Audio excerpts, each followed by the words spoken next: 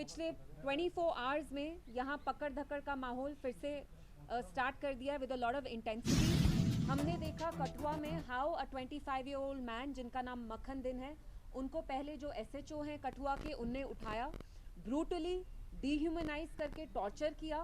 After that when he was release from custody, ये जो मक्खन दिन है जो बस 25 साल के लड़के थे, उनने मॉस्क के सामने एक वीडियो बनाया जिसमें उनने कुरान हाथ में पकड़ के कहा कि मिलिटेंट तो छोड़ो, I can not even think of being a militant, मेरा किसी भी मिलिटेंट के साथ नाता तक नहीं है। उसके बाद हमने देखा बारामूला में एक ट्रक ड्राइवर 36-year-old मैन जिनका नाम वसीम मीर है, जो एक डेली वेजर थे। मैं उनकी फैमिलीज और रिलेटिव्स के अभी ट्विटर पे मैंने एक वीडियो देखा जिसमें कहा कि हम अपने गाँव में इनका एग्जाम्पल देते थे, इतने शरीफ थे।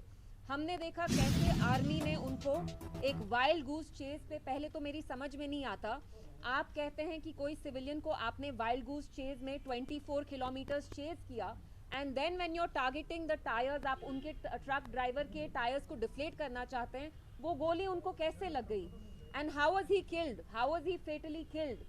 And I also want to ask the army कि आपने अगर उनका ट्रक सीज किया तो आपको उनके ट्रक में से क्या मिला। और जो कठुआ में भी किलिंग हुई है, आप कह रहे हैं उनने सुसाइड कमिट किया है, बट ये हम सब जानते हैं कि जो विक्टिम भी थे उनने भी एक वीडियो बनाया जिसमें वो रोते रोते कहते हैं कि मुझे कैसे इनने डिह्यूमनाइज किया, मेरा कैसे टॉर्चर किया।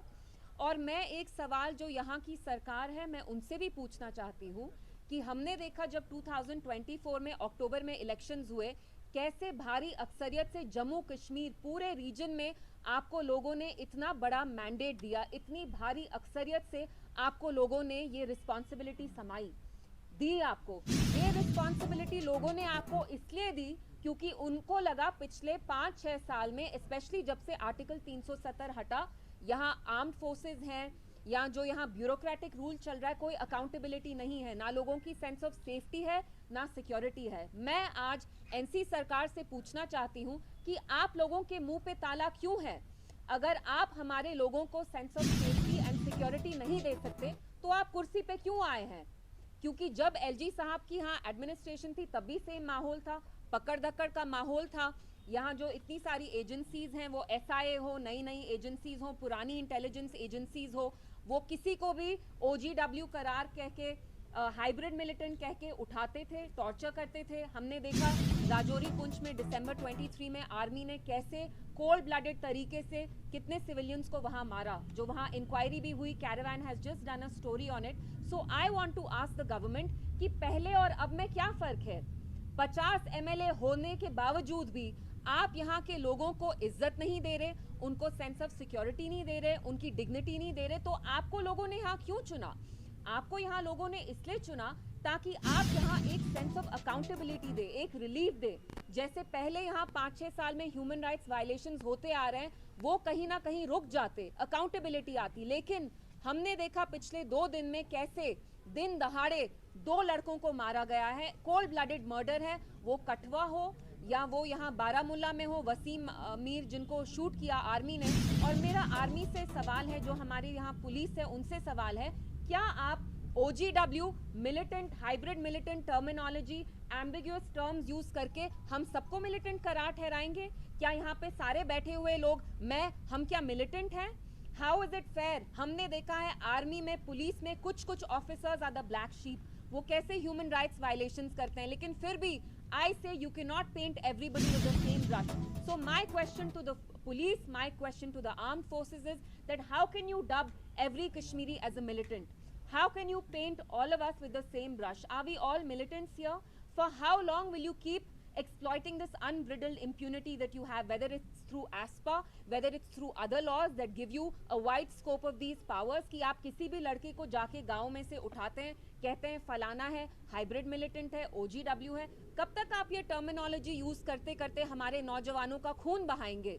जब हम ये नहीं कह सकते कि all police is full of black sheep, how can you paint all Kashmiris as militants? And मेरा फिर से एनसी सरकार से यही सवाल है कि आज आपके मुंह पर ताला क्यों है?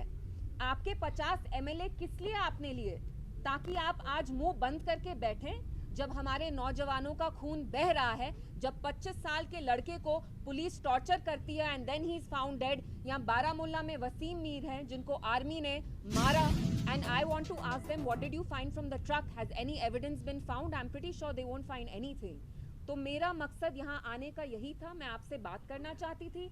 हमारे जो जम्मू कश्मीर की पूरी आवाम है, वो नौजवान हो, बुजुर्ग हो, there is a gripping sense of fear, insecurity, there is no sense of safety, there is no sense of dignity. और जो 3 महीने पहले एलजी सरकार में चल रहा था, एडमिनिस्ट्रेशन में, सरकार एनसी सरकार बनने के बाद भी आप देखिए, the chief minister being the head of the state has not issued a single statement condemning either of these killings. So I want to ask them, आपकी तो हिस्ट्री रही है एनसी की, जब से आप 40s में 1947 में NC has normalized every act of betrayal that has been heaped upon the people of Jammu and Kashmir. They have normalized everything. So today I want to ask you, why are you normalizing this? कुर्सी के लिए आप यहाँ के लोगों को कितना जलील करेंगे? पहले तो हमारा अपना प्राइम मिनिस्टर था, झंडा था, कानून थे, आईन था, आज देने को कुछ नहीं है। तो आपकी कॉन्शियंस जो इतनी सिलेक्टिव है, मैं एनसी से पूछना चाहती हूँ, कब तक आप ये करते रहेंगे? कब तक आप ये जो हर एक एक्ट ऑफ बिट्रेयल है, आप उसको नॉर्मलाइज करेंगे? क्योंकि आपको कुर्सी की ग्रीड है, you want to capture power at any at any expense. So my whole purpose of coming here was speaking to the press about these human rights violations, 2 very serious grave human rights violations that have happened within the span of 24 hours. And I want to make it very clear to the police and the armed forces, we are not here to impede or imperil your investigation in any case.